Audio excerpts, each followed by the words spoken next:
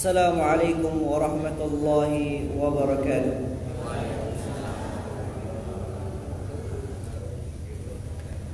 Alhamdulillah bini'matihi tatimmus salihat. Segala puji hanya milik Allah Jalla fi'ula. Bini'matihi tatimmus salihat. Dengan nikmat-nikmatnya maka sempurnalah amalan-amalan ibadah salih. Salawat serta salam tak lupa kita aturkan kepada junjungan Nabi kita Muhammad sallallahu alaihi wasallam, yang mana kita sebagai umatnya, kita sebagai seorang yang mengaku cinta kepada Rasulullah sallallahu alaihi wasallam, kita berusaha dalam kehidupan kita mencontoh beliau sallallahu alaihi wasallam. Dan tak lupa kita memperbanyak salawat kepada beliau, karena Rasulullah sallallahu alaihi wasallam bersabda, "Man shalla alayya wahidan sallallahu alaihi ashran." Barang siapa yang bersolawat kepadaku, yaitu kepada Nabi Muhammad, maka Allah akan bersolawat kepada orang tersebut sebanyak 10 kali. Pahala yang sangat luar biasa kalau kita bersolawat kepada beliau sallallahu alaihi wasallam.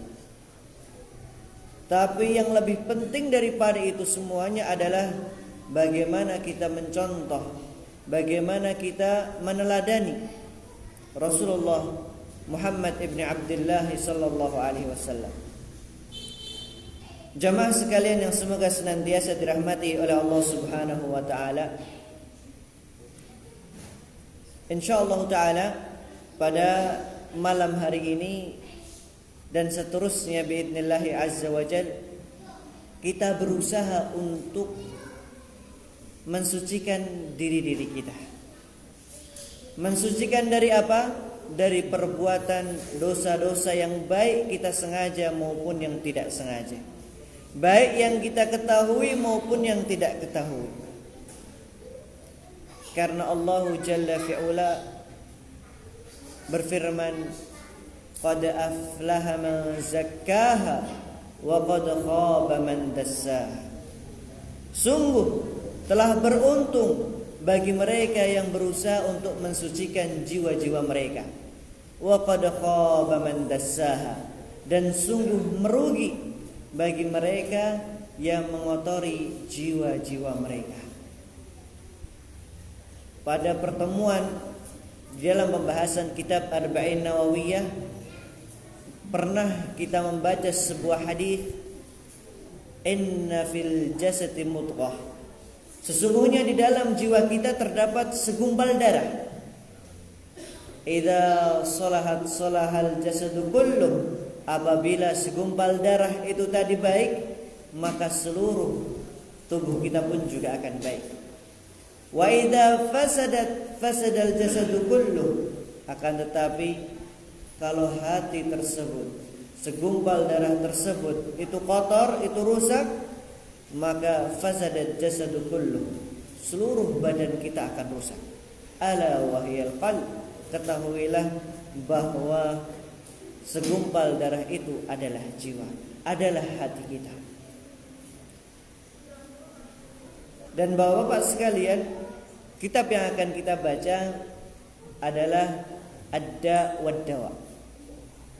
Kalau dalam bahasa Indonesianya kita artikan Ad-Da' itu artinya penyakit, wad-Dawa obat. Obat dan penyakit dan obatnya. Luar biasa. Kitab ini, ya mungkin Bapak-bapak bisa lihat setebal ini, adalah jawaban dari seorang ulama yang di zaman dahulu, yaitu Ibnu Qayyim al-Jauziyah. Dan pembuatan kitab ini berasal dari pertanyaan seseorang. Ingin bertanya, meminta fatwa kepada beliau, dan jadilah buku Ad-Da' wad-Dawa, obat penyakit dan obatnya. Insyaallah taala, semoga Allah Subhanahu wa taala mengizinkan kita untuk menyelesaikan kitab ini, yang mana bagi kita yang sering merasa gundah gulana, yang sering merasa bahwa hidup ini begitu susah, yang merasa bahwa kenapa kehidupannya selalu diganggu oleh orang, kenapa kehidupannya tidak mulus, tidak nikmat seperti orang-orang yang lainnya. InsyaAllah ta'ala dengan membaca kitab ini, hati kita akan tenang. Hati kita akan, kalau istilah orang Jawa, legowo dari permasalahan-permasalahan dalam hidup kita. Su'ila Syekhul Imam Al-Allamah. Suatu ketika Al-Imam Ibnul Qayyim Al-Jauziyah, beliau pernah ditanya, ma taqulu syahadatul ulama Ka'immatad-din, apa yang dikatakan oleh para ulama fi rajulin ubtuliya bibaliyatin, tentang seseorang yang apabila ditimpa suatu musibah, wa ulima annaha in istamarrat bihi afsadat alaihi dunyahu wa akhiratahu. Kalau seandainya bala tersebut, ujian tersebut terus-terusan ada pada dirinya, maka akan merusak agamanya dan akan merusak dunianya. Merasa bahwa sudah tidak kuat akan ujian tersebut. Wa qad ijtahada fi daf'iha an nafsihi, bahkan orang tersebut dikatakan sudah berusaha semaksimal mungkin untuk melawan ujian yang dia rasakan. Fama yazdadu illa tawakkudan wa syiddatan, dikatakan akan tetapi bukannya tambah dia bersabar, yang terjadi adalah tambah gundah gulana dan tambah menderita.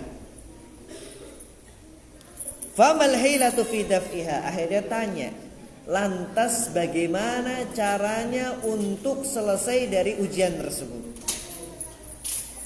Wa mattariqu ila kashfiha, dan bagaimana caranya untuk menghilangkan ujian tersebut? Farahimahullahu man aana mubtala, semoga Allah Subhanahu wa taala merahmati bagi mereka yang menolong orang yang diuji. Wallahu fi aunil abdi ma kana al abdu fi auni akhihi. Orang yang bertanya tadi menyebutkan sebuah hadis, wallahu fi aunil abdi, Allah itu senantiasa menolong hambanya, maka al abdu fi auni akhihi, selama dia menolong saudaranya. Jadi kalau istilahnya ganjaran yang serupa bagi mereka yang pengen ditolong oleh Allah, maka jangan lupa untuk menolong saudaranya. Akhirnya Syekh pun menulis, yaitu Al-Imam Ibnul Qayyim Al-Jauziyah, menulislah sebuah kitab ini. Beliau memulai dengan alhamdulillah, dengan menyebut nama Allah Subhanahu wa taala, dengan memuji Allah Subhanahu wa taala.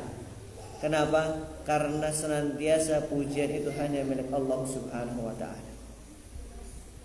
Faqad thabata fi sahih al-Bukhari, beliau memulai dengan hadis yang diriwayatkan oleh Al-Imam Al-Bukhari, min hadits Abi Hurairah radhiyallahu anhu, dari hadits Abi Hurairah radhiyallahu anhu bahwa Rasulullah sallallahu alaihi wasallam bersabda, ma anzalallahu da'an illa anzala lahu shifaan, sesungguhnya Allah Subhanahu wa taala tidaklah menurunkan suatu penyakit illa anzala lahu shifa, kecuali menurunkan juga di sana penangkalnya atau obatnya. Jadi Pak, enggak ada istilahnya kalau di zaman sekarang katanya virus corona semakin berkembang, enggak ada istilahnya enggak ada obat. Tapi Allah Subhanahu wa taala ketika menurunkan sebuah penyakit, pasti di sana akan ada obatnya. Kalau iman kita sudah mengatakan demikian, maka enggak ada istilahnya pesimis lagi. Yang adanya adalah optimis bagi kita.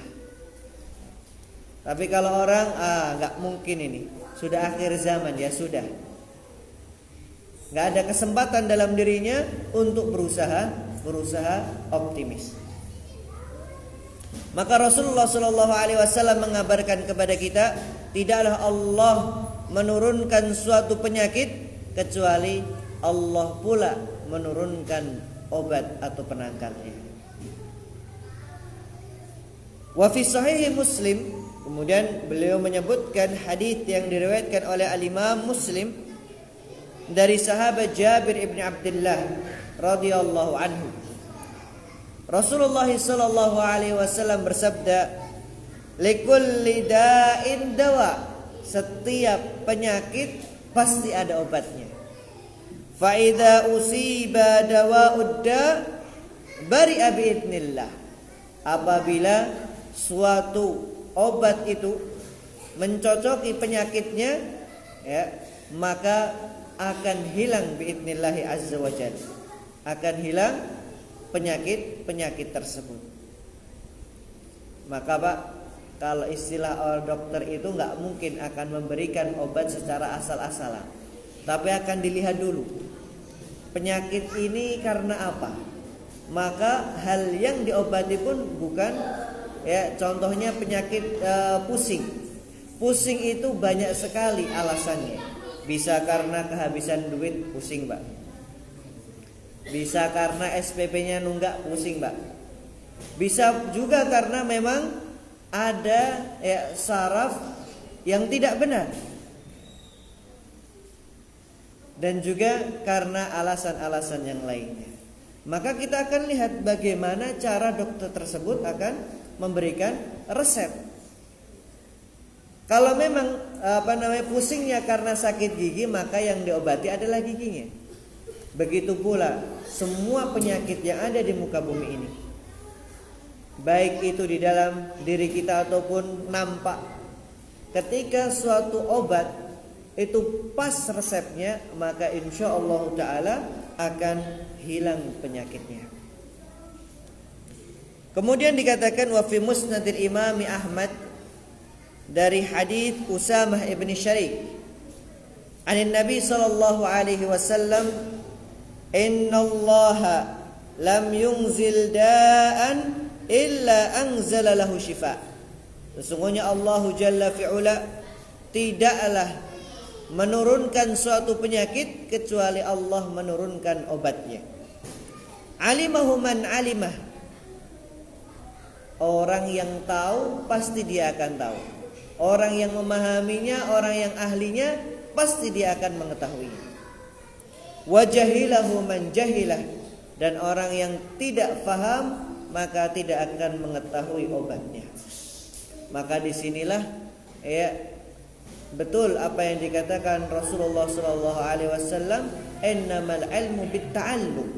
Sesungguhnya ilmu itu dapat diketahui dengan cara kita belajar. Kalau nggak mau belajar, ya selamanya kita tidak akan tahu.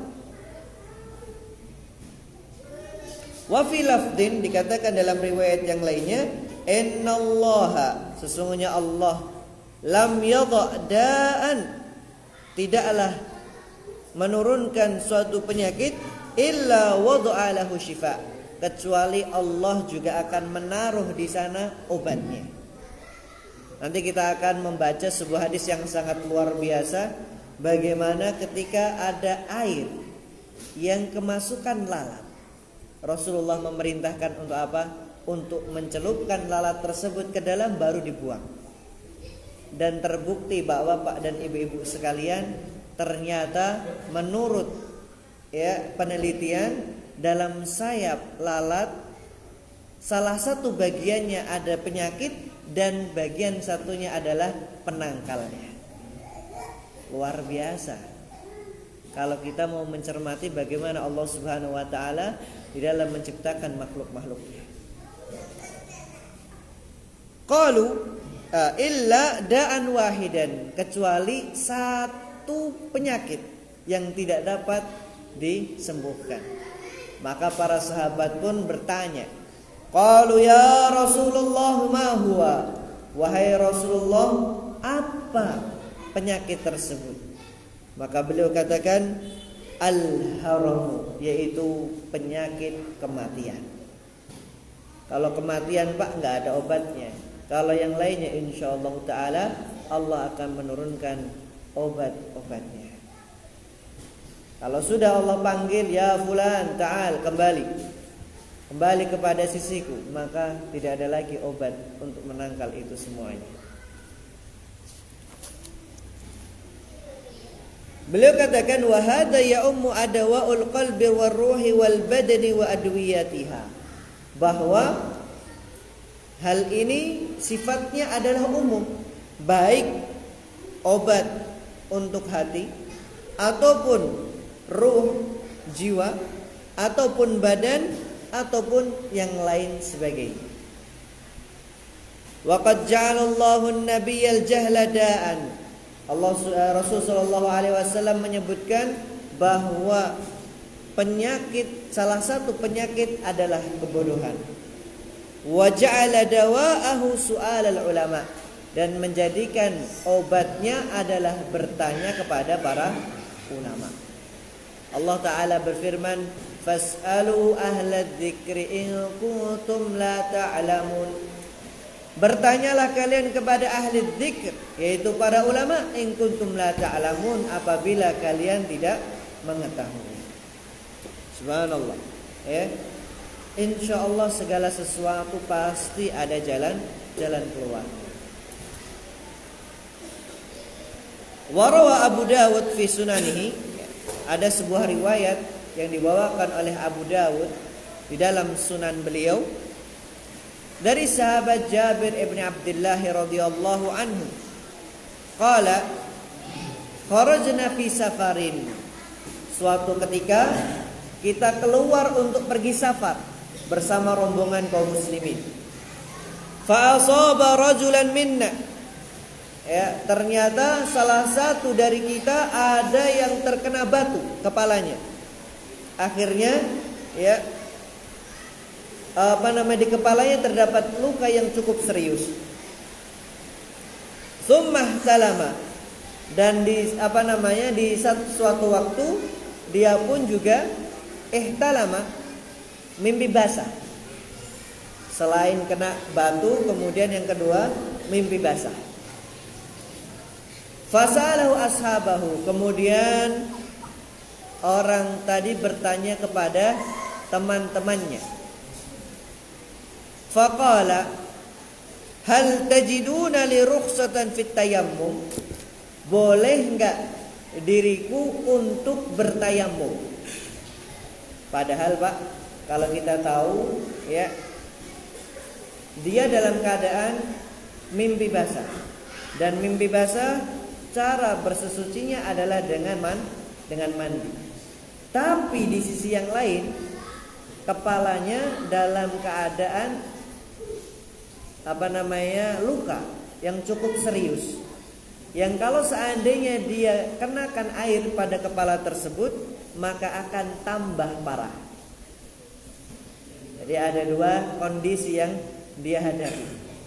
Maka tanya kepada teman-temannya, hal tajiduna li rukhsatan fit tayammum, apakah kalian melihat bahwa aku mendapatkan rukhsah untuk tayamum? Maka sahabatnya pun berkata, ma najidu laka rukhsatan, kita lihat kamu enggak mendapatkan rukhsah. Wa anta taqdiru 'alal ma', sedangkan kamu mampu untuk menggunakan air. Faghtasala famata, akhirnya laki-laki tadi ya sudah mendapatkan fatwa kalau enggak dapat rukhsah, dia mandi dan ternyata meninggal dunia. Akhirnya ketika rombongan tadi bertemu dengan Rasulullah sallallahu alaihi wasallam dan diceritakan kejadian tersebut, apa yang beliau katakan? Qataluhu qatalahumullah, sungguh mereka telah membunuh saudaranya, semoga Allah membunuh mereka. Ala sa'aluhu idza lam ya'lamu, kenapa mereka tidak mau bertanya ketika tidak mengetahui ilmunya? Fa inna ma syifa'ul 'ayyi su'al, Karena obat bagi mereka yang bodoh adalah bertanya. Innama kana yakfihi ayyatayammama wa ya'sira aw ya'siba ala jurhihi hirqatan. Padahal laki-laki tadi cukup untuk bertayamum dan kemudian membasuh bagian yang terkena luka tadi cukup sedikit saja, atau cukup dilap saja. Tsumma yamsahu 'alaiha wa yaghsilu sa'iru jasadi. Dan selain yang terkena luka boleh dimandikan. Adapun yang terkena luka cukup dibasuh atau dilap, yang selainnya baru dikenakan air. Akhirnya Pak, karena nggak mau bertanya kepada ahli ilmu, memberikan fatwa yang asal-asalan, apa yang terjadi? Musibah yang ditimpa oleh saudaranya, yaitu kematian. Begitu pula di zaman kita sekarang ini. Maka kita perlu hati-hati di dalam meminta fatwa. Kalau ada ulama atau kalau ada ustadz atau kiai, ketika ditanya mengatakan la adri, saya tidak tahu, bukan berarti orang tersebut tidak punya ilmu. Ini yang perlu kita cermati. Akan tetapi terkadang orang tersebut khawatir kalau menjawab salah, maka yang dia dapatkan adalah dosa dan akan bertanggung jawab di sisi Allah Subhanahu wa taala. Sampai-sampai Imam Malik rahimahullah, beliau pernah ditanya 500 soal dan hanya dijawab beberapa saja. Selainnya dijawab apa? La adri, aku tidak tahu.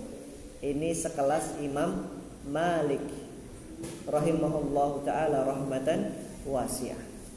Kita lanjutkan. Fa akhbara anna al-jahla da'un wa anna shifa'ahu su'al. Dalam hadis tersebut disebutkan bahwa obat bagi seorang yang tidak mengetahui ilmu adalah bertanya kepada mereka yang tahu ilmu. Wa qad akhbara subhanahu wa ta'ala 'anil Qur'an annahu shifaa'un. Dan Allah Subhanahu wa ta'ala mengabarkan bahwa Al-Qur'an adalah syifa, adalah obat. Haitsu qala walau ja'alnahu Qur'anan a'jamiyyan laqalu laula fussilat ayatuhu a'jamiyyun wa arabi qul huwa lil ladzina amanu hudaw wa shifaa. Di dalam surah Fussilat ayat yang ke-44 Allah mengatakan bahwa Al-Quran sebagai petunjuk dan juga obat bagi mereka yang beriman kepada Allah Jalla fi'ula. Maka Pak, kalau dikatakan apa obatnya seorang beriman, maka kita jawab Al-Quranul Karim adalah syifa, sebagai obat bagi kita semuanya. Nanti akan disebutkan sebuah riwayat sampai sengatan kalajengking dapat diobati dengan ayat Al-Qur'anul Karim. Waqal, dan Allah Subhanahu wa taala berfirman di dalam surah Al-Isra ayat yang ke-82, wa nunazzilu minal Qur'ani ma huwa shifaa'un wa rahmatun lil mu'minin. Dan kami turunkan minal Qur'ani, daripada Al-Qur'an, shifaa'un, obat, wa rahmatul lil mu'minin, dan sebagai rahmat bagi mereka yang beriman kepada Allah Subhanahu wa taala. Kemudian beliau mengatakan wa huwa shifaa'un lil qulub, maka Al-Qur'an adalah obat bagi hati-hati, min da'il jahli wasyakki warraib, dari penyakit kebodohan, penyakit ragu-raguan. Walam yunzilillahu subhanahu minas sama'i shifaa'un qattun a'amma wala anfa wala afdal wala anja fi izalatid da'i minal Qur'an. Kemudian beliau Al-Imam Ibnu Qayyim menyebutkan, dan tidaklah Allah menurunkan obat yang lebih bermanfaat, yang lebih aam, yang lebih umum, wala anja, dan segera di dalam izalatidda, menghilangkan penyakit, kecuali Al-Qur'anul Karim. Ya, maka dari sini kita tahu bahwa Al-Qur'an adalah obat yang paling mujarab, obat yang paling manjur, obat yang paling resep yang paling luar biasa adalah Al-Qur'anul Karim. Kemudian beliau menyebutkan sebuah kisah. Kisah ini terjadi di zaman para sahabat. Suatu ketika, para sahabat pergi ke suatu daerah dan ternyata pengen singgah di daerah tersebut untuk istirahat, dan meminta kepada penduduk dari kampung tersebut untuk memberi mereka jamuan. Akhirnya apa? Mereka pun abau, nggak mau memberikan jamuan kepada para sahabat ridwanullah alaihim ajma'in. Akhirnya di waktu yang sama pemimpin dari kaum tersebut, dari kampung tersebut, tersengat oleh kalajengking. Sudah diberikan obat apapun tidak bisa. Dan yang datang kepada dia ingin mengobati pun juga tidak bisa. Akhirnya ada salah satu dari mereka mengatakan, kita coba untuk panggil sekumpulan orang tadi yang datang ke kampung kita, semoga mereka punya penawar untuk pemimpin kita ini. Akhirnya datang salah satu dari mereka mendatangi para sahabat sambil mengatakan, apakah ada salah satu di antara kalian yang memiliki obat atas penyakit dari ketua atau pemimpin kampung kami? Maka salah satu dari sahabat mengatakan, iya, kita punya, kata para sahabat. Akan tetapi kalian sebelumnya nggak mau menjamu kami. Kita mau datang ke pemimpin kalian dengan catatan, dengan syarat, kalian harus memberikan kepada kami untuk berupa jamuan. Maka akhirnya sepakat, nanti kita akan sembelihkan untuk kalian berupa kambing sebagai jamuan bagi kalian. Sudah, akhirnya sepakat, datang ke pemimpin tersebut. Kemudian dibacakanlah surah Al-Fatihah. Bukan pakai obat, Pak, bukan pakai salep. Tapi apa? Para sahabat mengatakan, dibacakanlah surah Al-Fatihah, Alhamdulillahirabbil alamin sampai waladhdallin. Maka apa yang dikatakan? Faka'annama nasyata min iqalin. Seakan-akan seperti kuda yang bebas, tidak merasakan apa-apa. Fantalaqa yamshi wa ma bihi qalbah fa'awfuhum ju'iluhum alladhina saluhuhum alaih. Maka akhirnya pun ketika pemimpin mereka sembuh, dan cepat Pak sembuhnya, enggak menunggu berjam-jam. Ketika selesai dibacakan Al-Fatihah, alhamdulillah sembuh, maka kemudian mereka pun mengatakan, ya sudah, karena sudah sembuh, maka kita akan memberikan kepada kalian berupa jamuan yang telah kita sebutkan di awal tadi. Kemudian para sahabat pun mengatakan, kita tidak akan membagi jamuan ini berupa kambing kecuali datang kepada Rasul Sallallahu Alaihi Wasallam. Kita tanya dulu, boleh enggak kita memakannya?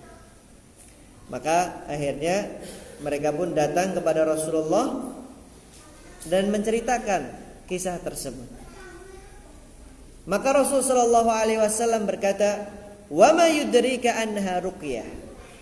Apakah kalian tidak ketahui bahwa yang kalian lakukan itu adalah ruqyah? Kalau kita di pikiran kita ruqyah itu untuk orang yang kerasukan jin. Ternyata untuk yang penyakit yang bisa kita lihat karena suatu sebab yang nyata pun juga bisa. Dan pernah kita coba, alhamdulillah, ya, terjadi di keluarga kita sendiri. Ada yang terkena ketika itu sengatan kalajengking.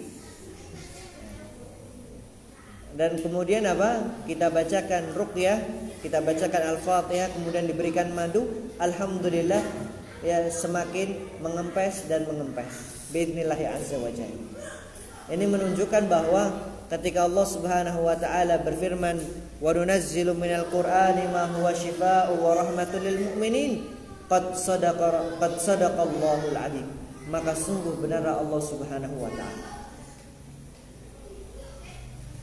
Akan tetapi kemudian beliau menyebutkan di sana apa saja, kenapa terkadang seseorang sudah mempraktekkan hal tersebut kok tidak manjur-manjur.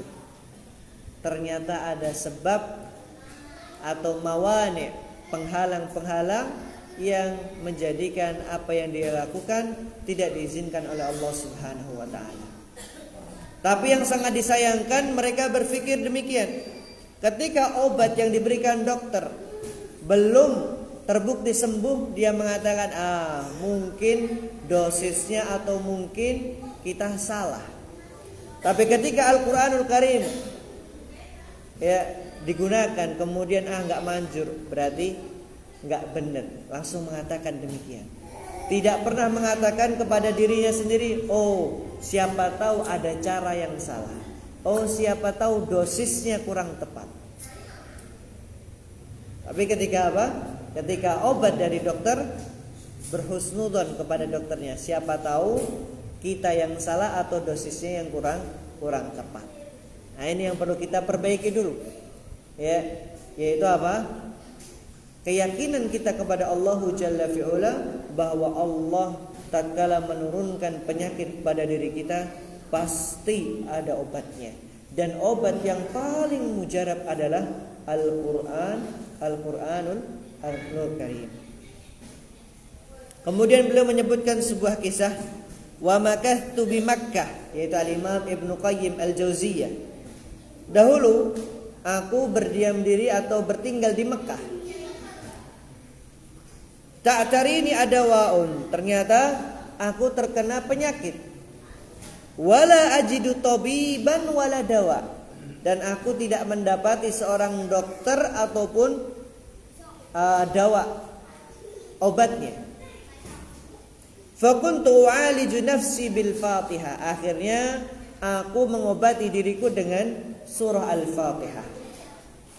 Fa'ara laha ta'tiran ajiban, beliau katakan, aku melihat ada sebuah, ya, perubahan yang sangat luar biasa. Fakuntu asifu dzalika liman yashtaqi alaman, akhirnya aku pun mengabarkan kepada orang-orang ketika mereka merasa sakit, nah, cobalah membaca surah Al-Fatihah. Akhirnya apa? Fakana katsirun minhum yabra'u sari'an, dan kebanyakan dari mereka sembuh dengan cepat biidznillah azza wa jalla, dengan izin Allah Subhanahu wa taala. Maka Bapak-bapak dan ibu-ibu sekalian, obat yang paling pertama ketika kita merasa sakit, jangan lupa ingat sama Allah. Kita berusaha untuk menjalankan apa yang Allah Subhanahu wa taala perintahkan kepada kita, dan yakin bahwa Al-Qur'an adalah obat bagi segala penyakit yang ada. Maka kalau kita sudah yakin sama Allah, berhusnudzon sama Allah, maka Allah pun akan memberikan kepada kita kemudahan-kemudahan. Wallahu 'inda dhanni 'abdi bih, demi Allah, Allah itu sesuai dengan dzannya seorang hamba. Apabila dia berdzan, berprasangka kepada Allah dengan prasangka yang baik, maka Allah pun akan berbuat baik kepada dirinya. Tapi kalau kebalikannya, sudah suudzon terlebih dahulu kepada Allah, maka jangan berharap kalau Allah Subhanahu wa taala dapat mengobati penyakit-penyakit kita. Wallahu taala alam bisawab. Insyaallah kita akan lanjutkan di pertemuan berikutnya. Dan luar biasa, bab-bab yang disebutkan oleh Al-Imam Ibnu Qayyim Al-Jauziyah, seperti keutamaan doa, kemudian bagaimana cara mawani doa, penghalang dikabulkannya doa. Kita harus mempelajari itu semuanya, dan bagaimana waktu-waktu yang mustajab, waktu-waktu yang cepat diijabahi oleh Allah Subhanahu wa taala. Wallahu waliyut taufiq. Nas'alullah Subhanahu wa taala bi asma'ihil husna wa sifatihil ula ay yarzuqana 'ilman nafi' wal 'amalan salih. Allahumma la sahla illa ma ja'altahu sahla wa anta taj'alul hazna idza syi'ta sahla. Allahumma ya muqallibal qulub thabbit qulubana 'ala dinik wa ya musarrifal qulub sarrif qulubana 'ala ta'atik. Allahumma ighfir lil muslimina wal muslimat wal mu'minina wal mu'minat al ahya'i minhum wal amwat innaka sami'un qaribun mujibud da'wat ya qadiyal hajat. Allahumma aslih walata umurina, Allahumma aslih walata umurina, Allahumma aslih umurana kullaha wa la taqilna ila nafsi tarfat 'ain. Wa akhiru da'wana 'anil hamdulillahi rabbil alamin. Subhanakallahumma wa bihamdika asyhadu an la ilaha illa anta astaghfiruka wa atubu ilaik. Assalamu alaikum warahmatullahi wabarakatuh.